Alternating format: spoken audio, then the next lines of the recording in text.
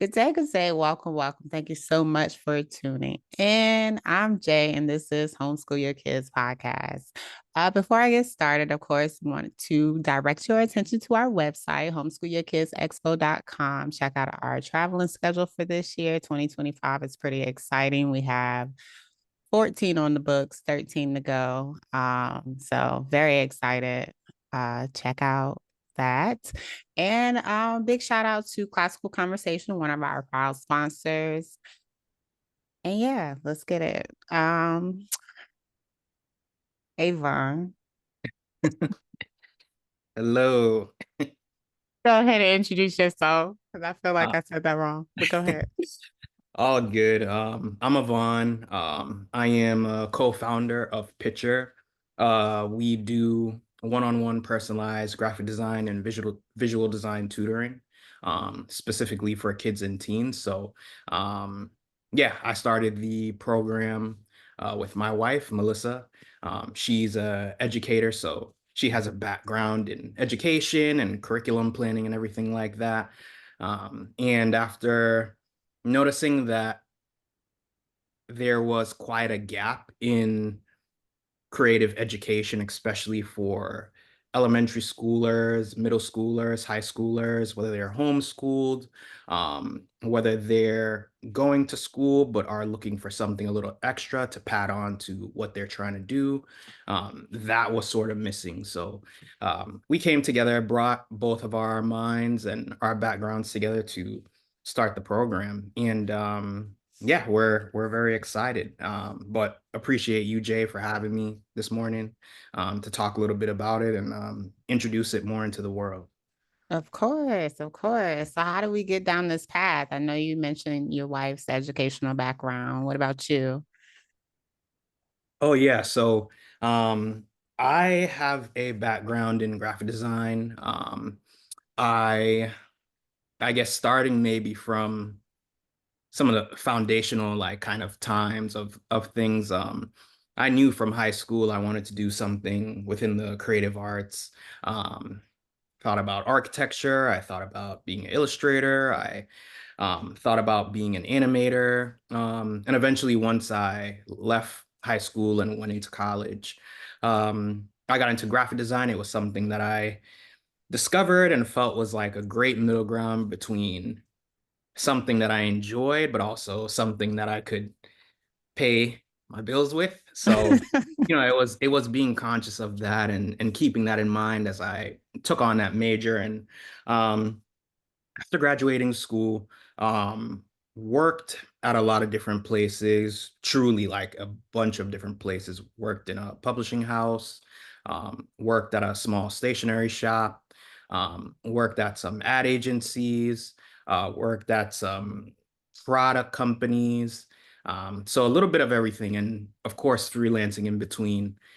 But pretty much I was doing that for about 10 and a half years. And it got to a place where I think I really felt that I wanted to contribute something more um, to the creative industry outside of what I was doing for the past 10 years, which I'm very grateful for from a knowledge standpoint. But, there were individual like interests that I wanted to pursue. And something that I have always been passionate about was the idea of mentor and menteeship. Um, I believe that when it comes to a lot of different things within the creative industry, sometimes things can be gate kept. And I wanted to try within my power to provide access to a lot of different areas um, of the visual arts, of the creative arts, whatever that may be. So it really was just like thinking about the fact that, yeah, when I was younger, when I was in high school and I was trying to figure out what I wanted to do, I did not really have any outlets or any touch points to kind of give me or educate me on some of these things, such as animation, architecture, graphic design. Like there was a world that I did not know existed from a professional standpoint that I could pursue. I was just thinking that, hey, this is something I want to do, but I'm also going to have to make sure I get a real job, But these things not only can be real jobs, they can be very fruitful financially. So in kind of going back to that, and honestly, just doing some searching online for a couple of days, I discovered that that was not a specified or bespoke program. Graphic design tutoring, graphic design learning, visual arts tutoring, visual arts learning. And so, yeah, I brought it up to my wife, and um, we felt that we, had something, and it really would come from a place where we both knew we would put our full energy and passion into it because we really cared about that aspect of education and that aspect of communication and kind of being able to get the word out there, illuminate those different subjects and industries. And yeah, we started Pitchure.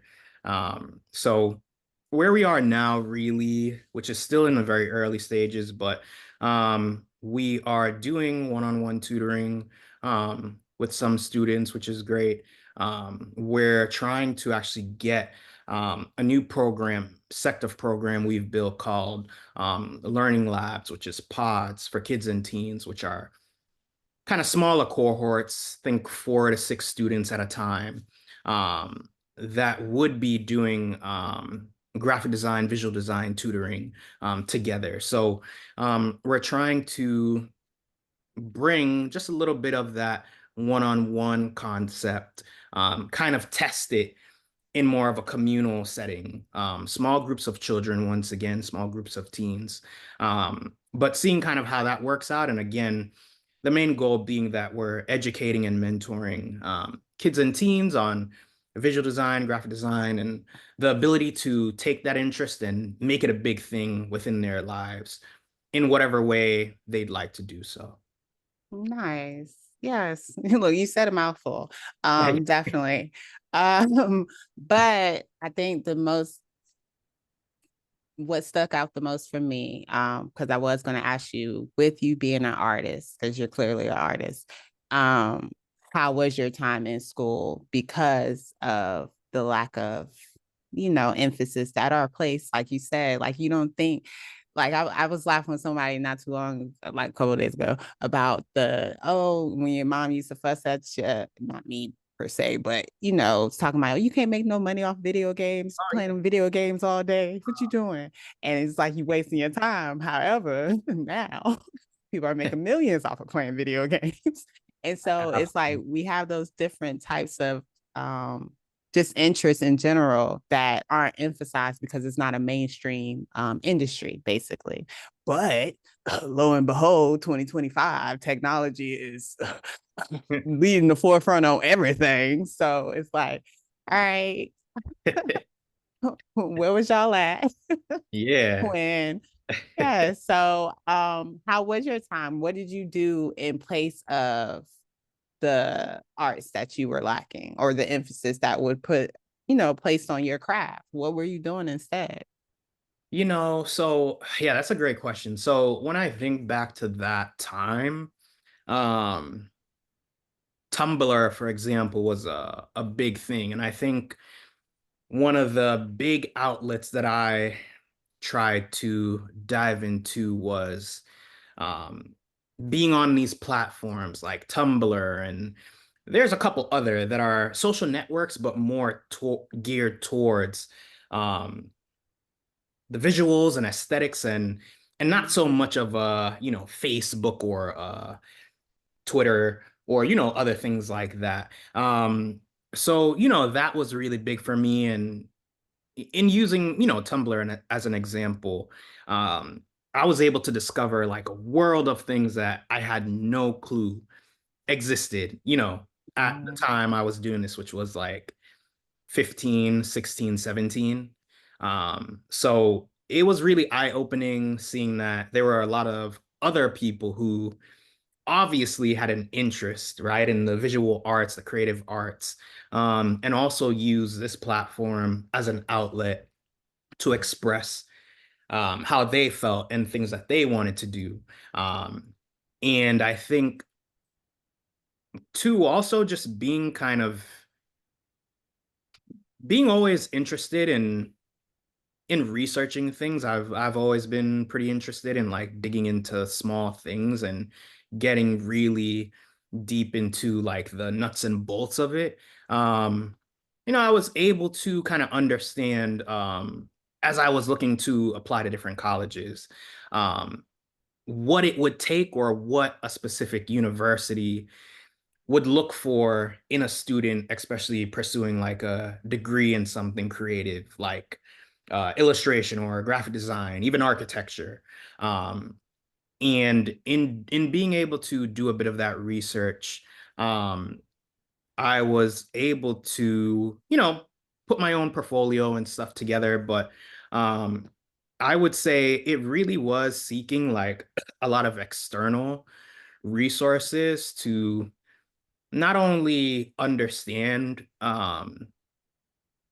the world outside of what I knew within my high school, which was in Stamford, Connecticut, a very small town, Mm. Connecticut, um, but also being able to say, hey, if I want to take what I love to the next level, this is what I'm gonna have to do. Because at that point, no one was really gonna give that information to me because again, it wasn't a thing. So Indeed. it was doing a bit of that, and I'm extremely grateful for all the work and toil that went into doing a lot of that. I When I got into college and I went to Parsons in New York, um, I had a lot to learn. And it is one of those things where almost like sports, right? There's a football player that's the greatest within like his town and whatnot. And once he goes to college, everyone is just as good, if not better. So it was really having that experience of learning that I really have to invest in myself and I really have to keep up the want and the hunger to discover all the creative things I can around me so that it can influence all that I know and all that I can do. But yeah, I would say, those were a couple of things that really were baselines for me outside of um the everyday of being in school and being in art 2 or art 3 or Right. yeah. I know. And that's like I always feel for like just creatives in general, with this, especially once you get to high school, because it's like it ain't too much time to be creative after middle school for real. Like 6th, 7th grade is like where it kind of fizzles out. It's Yeah, like, oh, it's getting serious. They want me to take foreign language. I can't even take my electives no more. exactly. Like, but I want teen living. Like I want, I want to take art. I want to take technology, something fun other than learning a language that I didn't think I would need, but I do. Um, you know, so I always feel for the artists that I come across, especially when I was teaching. I had a lot of students who were like artists, and they'll be doodling or drawing or whatever. And it's like, oh my gosh, that's so amazing. And then they're like, no, it's not. Like they don't want you to look at it. They don't, and Oh it's just yeah. like, okay, is it because like you're seeing it as just a hobby? Like, people are seeing it as just a hobby and not something that can be crafted into a profession that can pay very, very well. And lead you to the success. But, with our lawyer, doctor, teacher, our life game careers, that's all that everyone focuses on. So it's just like, like how do we get that more out there as far as, hey kids, don't give up on your passion. Don't give up on something that you were born with, basically. And like pursue it and go further. So I love what you all have created because y'all are reaching those who are probably feeling, shadowed or left behind or just not seen in general. Well, yeah. No, I think too, like to your point, which is so true. Yeah, I mean, there's a lot of kids, teenagers, even adults who, are extremely gifted creatively in whatever area it is, but because they don't necessarily know how to direct that talent in a direction, right? And give it guardrails, it does kind of just ultimately accumulate, into this forever hobby, right? This thing that we right. hold close and private, which is not necessarily a bad thing because I think it is good to have outlets that, we all hold close and it's truly our thing. But there are a lot of folks out there who, yeah, do wish, they had taken the leap of faith to try and pursue this hobby, right? Or um they were more open about, their skills and kind of paving a way to share it with the world um in their own way. But yeah, that hasn't really been a thing. And at Pitcher, yeah, that's really the basis too of what we're trying to do, right? It really is understanding that each and every child, each person on this earth is creative and has creative gifts. Every single person is creative and has creative gifts, whether it's drawing, whether it's interior design, whether it's culinary art, we all have some type of creative gift. Now, specifically of visual and graphic design, that is something that we want to nurture and steward within passionate kids and teens and be able to, yeah, direct their talent so that it isn't just a locked away secret hobby. So that it's something that they can pursue and, build their own business from it, start their own social channel from it. um there's so many things that can be done, and having a foundation of really strong creative thinking, which is also key, is really what we're trying to instill, in the kids and teens that we work with. So, it is important to, yeah, definitely cover that aspect, like you mentioned, of it being a gift that a lot of folks have, but they are scared to share it with the world because it is not a thing that they see as something that they should be able to articulate out loud, whether that's selling their work or showcasing their work online or whatever it may be. So that is something that we're trying to, excuse me, steward and pave the way for. Yes. See, okay, so I listen to Wayne Dyer a lot, and like he always talks about not dying with your music in you. And that music can be, whatever that music is for you, as far as what it is you were sent here to deliver. This is just me and my thoughts and my whatever.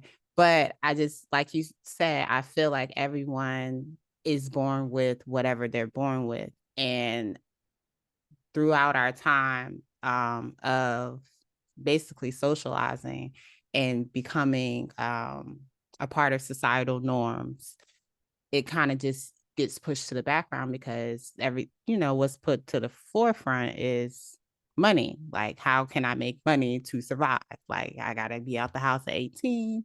I gotta have this plan, this master plan, and it does not look like me drawing, or it does not look like me playing playing a piano. It does not, like those things become okay. So I guess why I always daunt on this so much. I wrote a chapter book when I was in the fifth grade, right? That was the last chapter book I wrote. Oh no.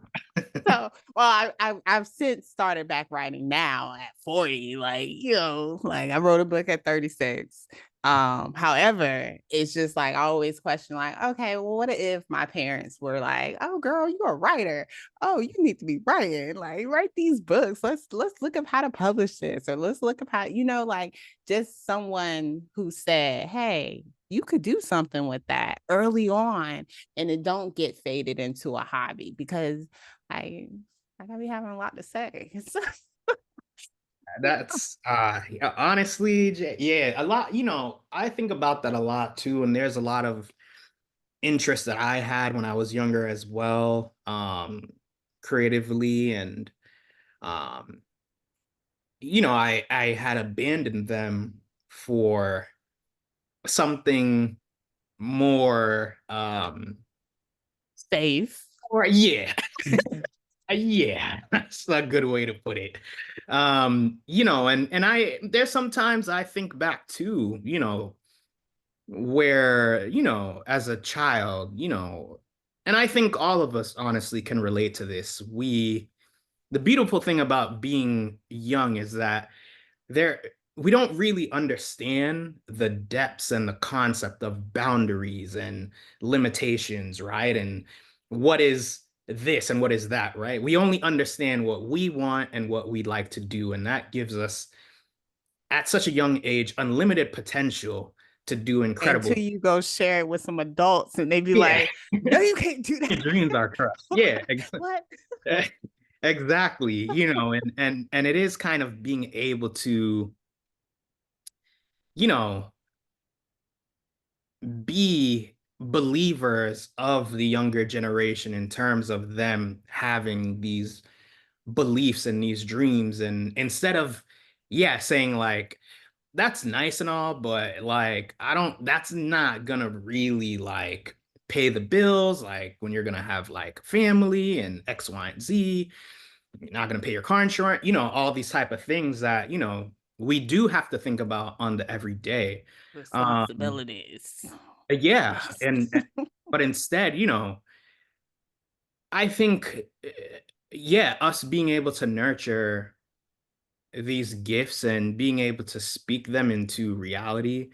Um, I'm a big believer of manifestation, and what you say and what you think. Um, Not necessarily is just going to become reality. You have to put the work in, and a lot of other Indeed. factors play a part. But it all starts in here, right? It all starts here.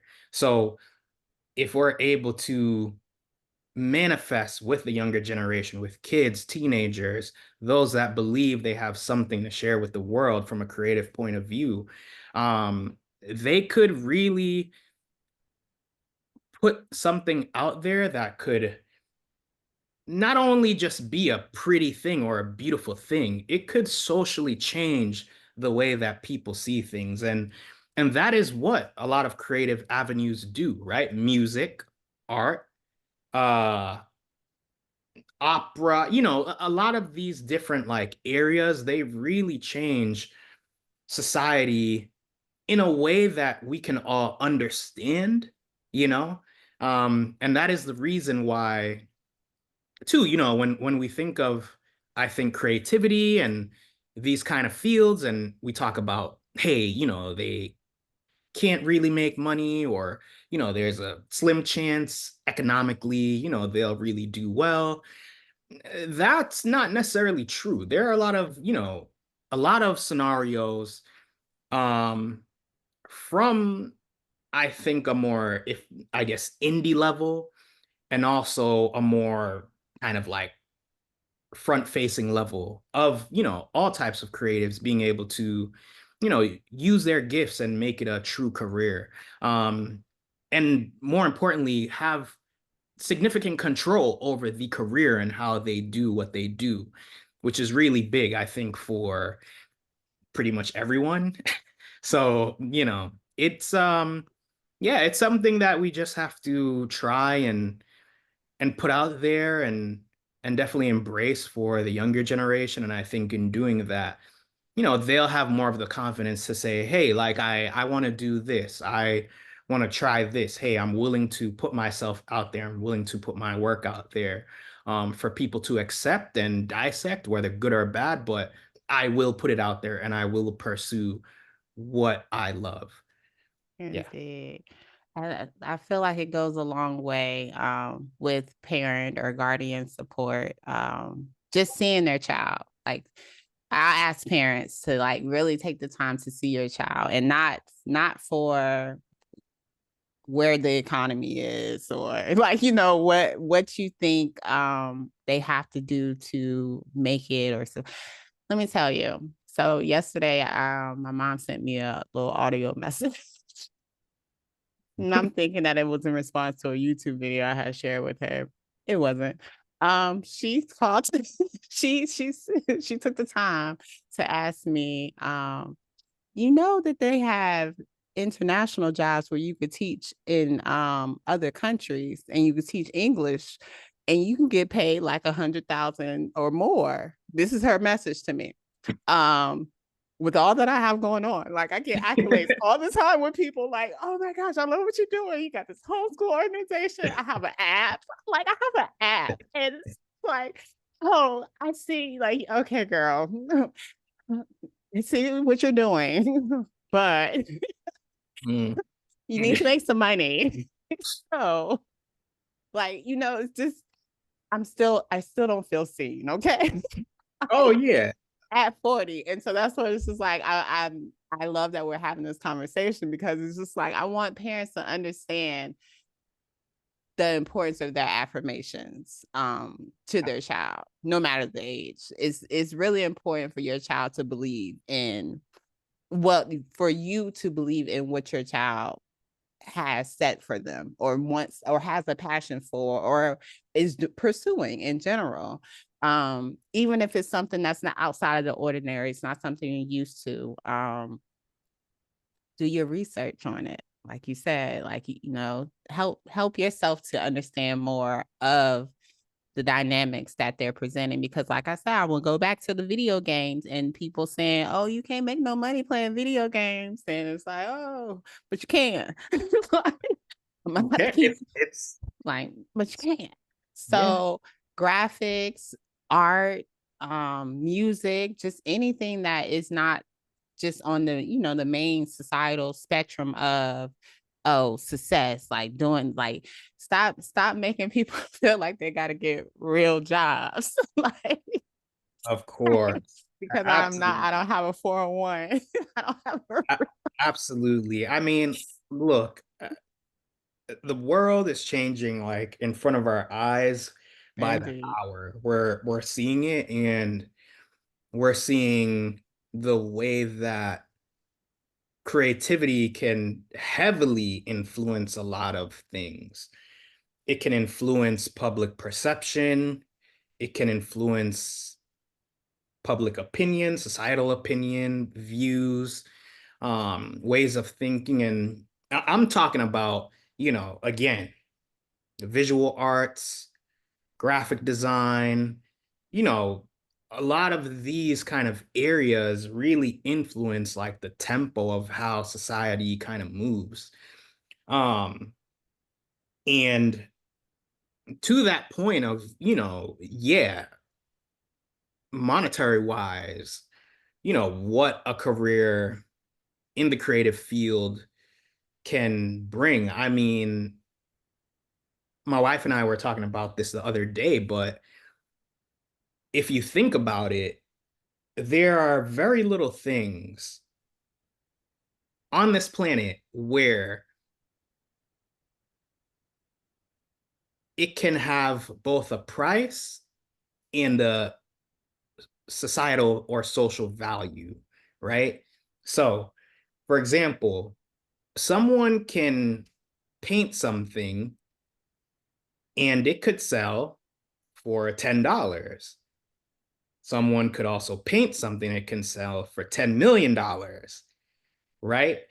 And that has very little to do with a real job, right? Or whatever it is. It has to do with societal perception, interests, skill, of course, creative thinking, and some other things. But the root of that really is not to say, of course, that every single piece of art will sell for $10 million, but It has creativity sells. potential. It sells more than most people think. It Hmm. really does. And that is because it taps into a frame of mind that a lot of people, to the point before we were talking about, rebuke. So that state of mind is not really present in a lot of ways. And thus, a lot of folks do happen to lean into, whether it's for actual professional reasons or just for personal reasons, interior design, aesthetics, whatever it is, lean into that to kind of speak to their taste level and their knowledge and things of that nature. So I kind of say all that to say, um, yeah, no one should really knock it, because it is really something that is, yeah, financially fruitful. And, but above that, you know, being able to have ideally majority control over your art, over your work, is something that I think all people, whether they're creatives or not, yearn for. Everyone would like to have some type of significant control over their work and what they do, right? And um, being able to exist in the creative industry where that's possible is an incredible thing. It really is. So, yeah, I would definitely, urge anyone that has a lot of misconceptions about money and the creative industry and the pitfalls of it financially to, um, you know, consider the aspect of the world changing, consider the aspect of how we're moving as a society, and that what it was, I'm making it. That's not even true, because even the 50s, creative was selling. But Hmm. what it was, I guess, from a like high level belief standpoint back then is not what it is now. Indeed. Yeah. It's I feel like with conscious parenting, look, the art of conscious parenting and being intentional, I feel like parents are definitely awakening to a new form of um, just seeing their child, basically, like seeing their child and gearing things towards what they feel their child is passionate about. So I see the change. I do. It's just, talking about my traumas out loud. That's all. Um, but let's talk about Pitchure. So Pitchure, one-on-one tutoring, and you all are starting learning pods, aka micro school, basically. But let's talk about some of the services that you offer to families. Oh yeah. So yeah, when we think about visual and graphic design tutoring, it really is combining the creative thinking aspect with the technical tools and programs to execute on that creative thinking. So, you know, what we believe the program really has to offer to parents, guardians, and students is a personalized curriculum that speaks significantly and directly to the students' strengths and the things that they want to beef up on. So instead of a catch for all type of setup or curriculum, um, our program really steps into the world of the individual student and crafts the curriculum directly around them so that they get the best learning experience possible. Um, and then with that, we're able to pretty much design different buckets within the curriculum that speak to the objectives, the activities, some of the key points that we cover. Again, very personalized. but in a way that kind of incrementally teaches the student from step one to step two. Hey, this is like the foundation of visual design, graphic design, illustration, or, any other subject matter that we cover.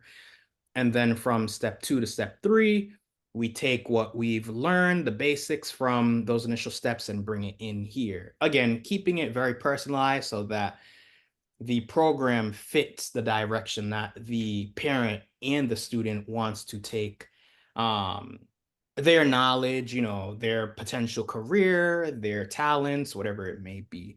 So it really is offering um, parents and students a chance to have something that is very specified to the student, very thorough, very thought through, and providing also industry knowledge to help the student take their skills to the next level. Some use cases off the top, which we find are very big, are being able to use the knowledge that we provide with visual and graphic design tutoring for college applications, applying to an art school or a design school, um, setting up a portfolio, um, starting a business, um, or just general skill acceleration.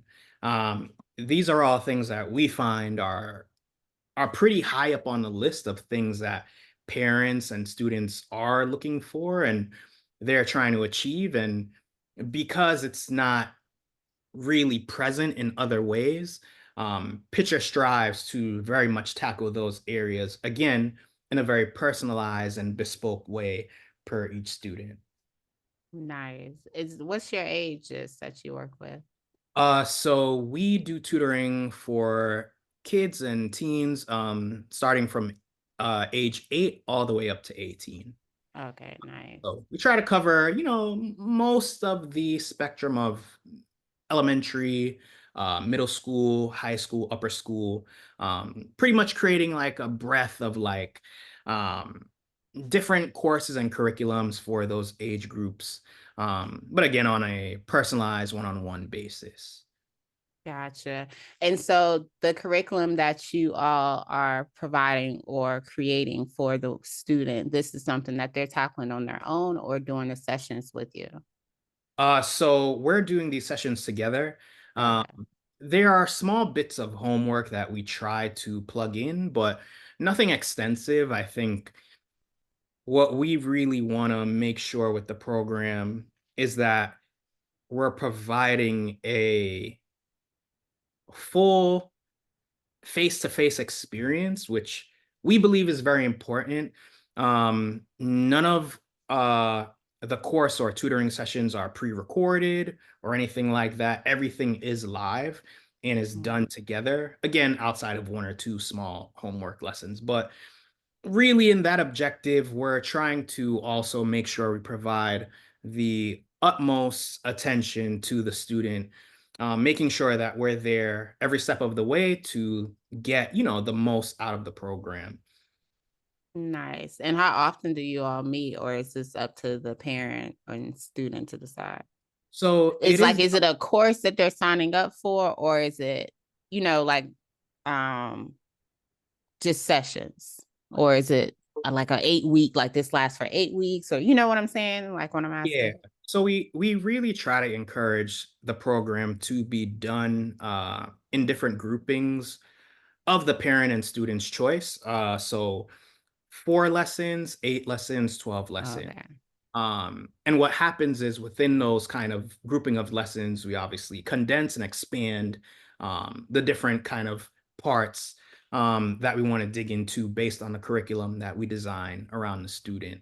Um, but we really encourage trying to have an extensive kind of setup of lessons, digging more into like the 8 to 12 is more ideal because it really gives us a chance to thoroughly cover a lot of different areas without needing to trim or condense, any bit of information, right?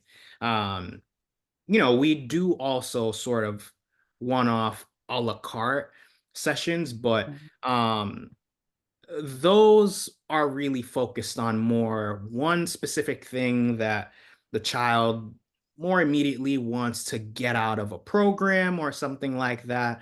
But yeah, we do really encourage like a more extended breadth of like lessons and the program setup so that again they're getting the very most out of it.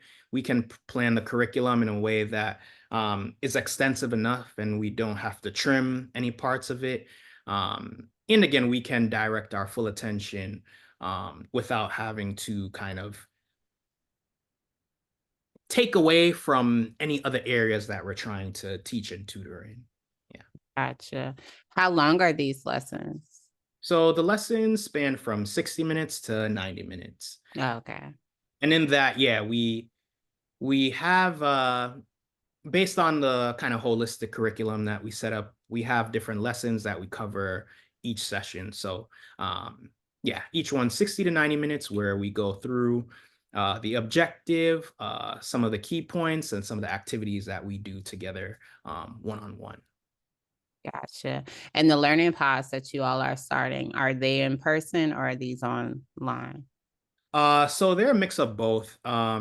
Very new that we're trying to see if there's a kind of like reach or want for, but with a lot of schools that are homeschools, but they are in person, um, learning pods we feel is uh, a really strong introduction, of course, for visual arts, graphic design, for a lot of these children. Um, and with a lot of these schools, they do a lot of remote courses, of course, in person, but they do a lot of remote courses and um, outside courses. And we're trying to kind of see if Learning Pods has a place amongst a lot of those types of schools. There's a few that we've reached out to, and we feel we could really collaborate with strongly, and do really good with the type of setup that they have. Um, but again, very early, so we're trying to kind of nail down, okay, what is exactly the way that it would work on a weekly basis. How would we divvy up attention within the 4 to 6 students that works specifically with what the school itself has going on right now and so forth. So that is something that we're digging into and very excited for. But yeah, it is trying to pretty much take what we've really combed out with one-on-one tutoring and applying it in this format. Okay. Gotcha. So y'all are partnering with like co-ops and um organizations like that, homeschool wise. Y'all Yes, are yeah, partnering and bringing your program to their space. yes. Okay, nice. Okay. I like that. I like that. I like that a lot. All right. Do y'all have kids? We do not, but I do have a niece that is what is she, 15 months old? Um, Okay. so we try to do as much as we can, honestly, with her in terms of introducing her to all types of different creative areas. We've gotten a lot of books for her on creativity and art. Some musical toys, that she can play with and experiment with.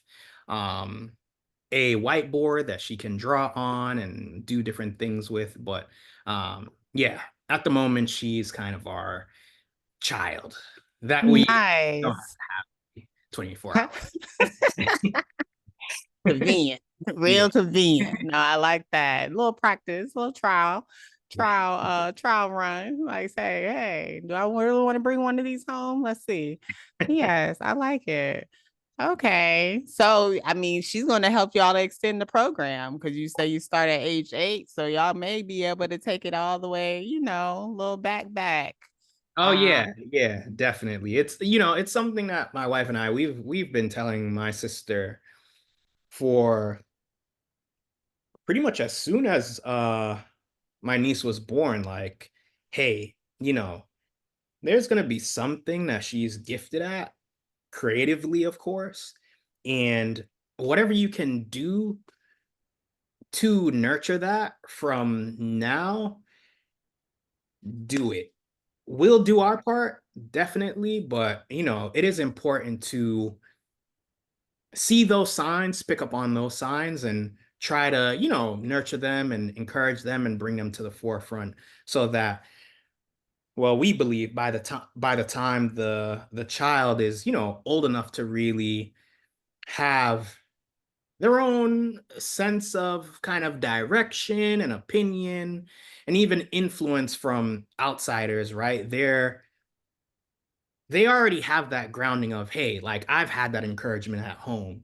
Like my family believes that I can do this. My mom believes this. My aunt and uncle believe this. My grandparents, they believed it. So I can do it. No one can tell me that I can't do it because I've known ever since I knew what was being said out loud by other humans that I can do this. So Indeed. that is something that we try to do our part in encouraging, and we're excited about it. We're really excited. She has exhibited some very advanced skills for her age. And we're very excited to see where she takes them. But in whatever direction it is, we just want to encourage it, and help nurture it so that she feels confident when that time comes for her to pursue it. Indeed, indeed. I love that. Keep it up, auntie and uncle. Yes. All right. Y'all winning awards out here. So with Pitchure, are you all teaching how to use different programs? We are, absolutely. Yeah. So we teach a spectrum of programs. Some of the more common ones are the Adobe Creative Suite, Adobe Photoshop, Illustrator, InDesign, After Effects, teach animation, Procreate, which is a illustrative and animation program, um, and some other outside ones. We've been looking into some more cloud-based programs, kind of think Figma and Canva, some other ones that are really popular now amongst folks that are really deep into visual and graphic design, and also folks that aren't, but have the ability to just use them online. Um, so we're really investing in kind of booting up and sharing the background behind those programs as well. Um, but yeah, we teach a spectrum of everything, and we really try to dig into not only just the technical executional parts of it, which are extremely important, of course, but also, again, the thinking behind what you're executing. Um, you know, if you're gonna draw something in Procreate, what are you trying to say creatively? What is the The background behind message, it, right? 'Cause, yes. when people see stuff, they can feel it, and that's important. So it's important to not only just do, but understand and feel, and then put it into put it on paper or in the program, and bring it to Indeed. reality. So yeah, we teach everything. Um, we we're very lucky to know these programs pretty much in and out, left and right, up and down. So we're able to give a pretty strong crash course into everything behind these different programs. Nice. Yeah, I'm trying to get my two little people in well versed in Canva so they can help me. Yeah. Um I live by Canva. Like that's where I create everything on. Very, very nice platform. I appreciate them. $1 billion platform at that. But definitely nice platform. Adobe, I never got a hang of Adobe. I tried. That thing's complicated. It's Yeah. like then it's like $100 like for you to even use it. It's like this is a lot. Like this is professional. um, but no, I technology is just technology right now. As far as just it's you can't avoid it. You see the conversations about parents and their screen time and like, do they, want their children on devices or don't, and all that good stuff. And it's just like, well, baby, you want your child to be caught up with the world. You may want to get them on something, okay?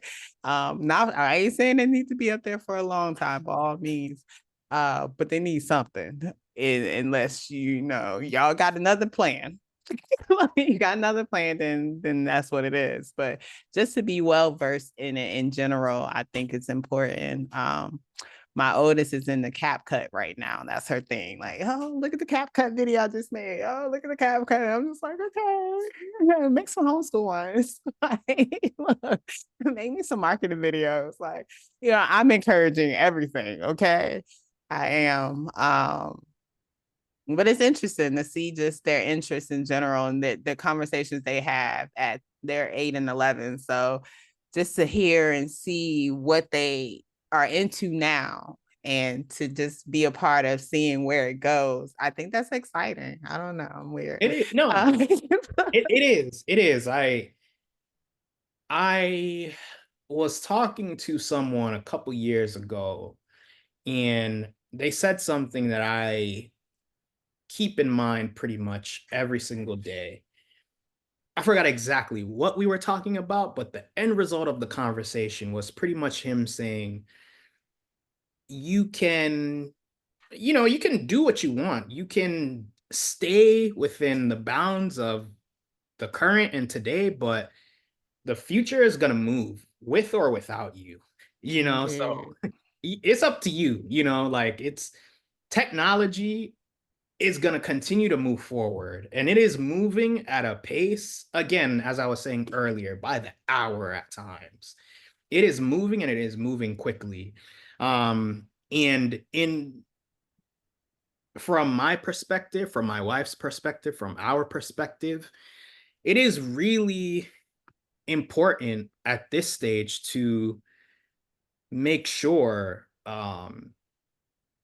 students, kids and teens, adults even within their power, have some understanding, even if it's at a rudimentary level, of these programs, what they can do, their limitations, and how they can benefit each individual. I think beyond that, and speaking about, some of these programs, CapCut or, Figma, Adobe Creative Suite, these programs that just kind of grow by the hour, by the day, by the week.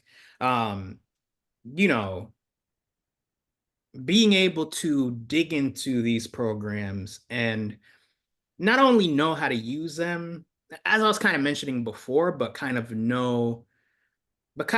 have a story in what you create within them, and using that story to pretty much catapult the way that you create, right? So yeah, I like to think of in After Effects, right? There's a lot of different things that you can do. Easing, which really kind of has more of an aggressive slope of animation, a more dramatic slope of animation.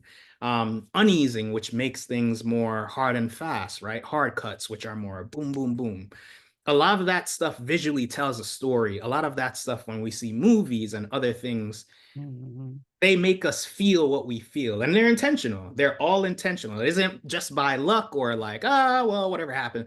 It's all intentional, and it starts again, um yes, from knowing how to use whatever programs are being used and how to accomplish what needs to be accomplished in it. But more than that, being able to know the story you're trying to paint, the emotion you want to put out there, put into it, and then how to build it. Um, Yeah.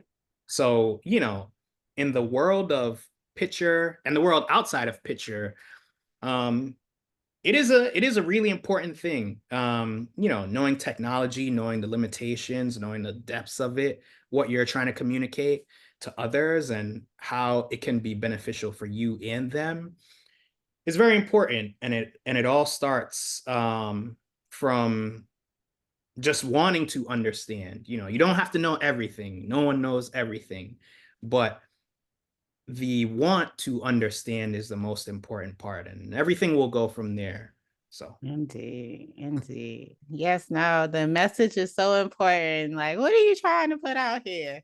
Um, that's why I have that conversation with my girls. They want to do a YouTube channel, they want to do TikToks, they want to do all this. And my question is always, okay, but what's your message? Like, what's the reason? What's your purpose? Like, why? What are you trying to, how are you influencing? Because that's essentially what it is now. So needless to say, we haven't started those yet because they haven't came with good answers. But I would love for them to showcase them because I know that they are here to be shared with the world. I do know that. So it's just like, allowing them to grow more and really hone in on the message they would like to deliver is a big thing for me. But before I let you go, three things you would tell families like, hey, if you don't hear anything else, if you didn't hear anything within this hour, hear this. Just three things that you would tell parents. three things. I would say the first is that I think the first thing I would say is that the want and pursuit to homeschool your child, um, and teach them, give them an education that is more on a personalized and one-to-one plane, ideally is an incredible thing. And at whatever step you're at, whether you're just starting or you're seasoned into it and now you're homeschooling your third kid, you're doing something amazing and you are really carrying the torch for education that unfortunately is trying to be eliminated as we speak right now. Hmm. And that is really important. Any steps in doing that is an incredible thing, and you should give yourself 40, 50 pats on the back. No. The second thing that I would say is that um, each child, um, speaking more in the creative realm, each child has a creative gift, a creative talent, and they may be showing you in more overt ways or not. Maybe they're more passive with it. Um, in either sense, it is important to try within reason and within the time that you have, to try to dig into that talent, that ability, and nurture it, um, because that thing can be the thing that the world has not seen yet. And we've Mm, seen it many times over. Sometimes it just takes one belief, one idea to really change the path of things in this world. And it starts from nurturing it and believing in it. And having that kind of belief system that how would I say it? Having that foundation. Um, and then the third thing I would say is that if you need help nurturing that creative skill, those creative abilities, visit www.pitchure.com/homeschool, and you will find a lot of information about how we can help in that aspect and how we can contribute, and um, really how we can both kind of work together to bring that skill to the forefront so that um, you can have the next big thing on your hands. You never know. So um, indeed. those are the big three things that I'd say. Great three. Great three. Parents understand that the support is there. Support, support, support. Remember that this is not a journey you have to take alone. Resources are in abundance, I promise. And that's why I have this lovely platform to make sure that y'all feel supported and connected to the many, many resources that are being created by beautiful individuals that see something and are being a part of that change, to ensure that that resource is available, that resource, that tool, all that good stuff. So make sure you check them out. All links will be in the description, of course. I think that's it. Yes, believe in your kids. Believe, like we in a different time, and I feel like if you listen to this podcast, you out the box anyway. So you already out the box. Just stay out the box, okay? And homeschool your kids. Perfect. Thank you so much.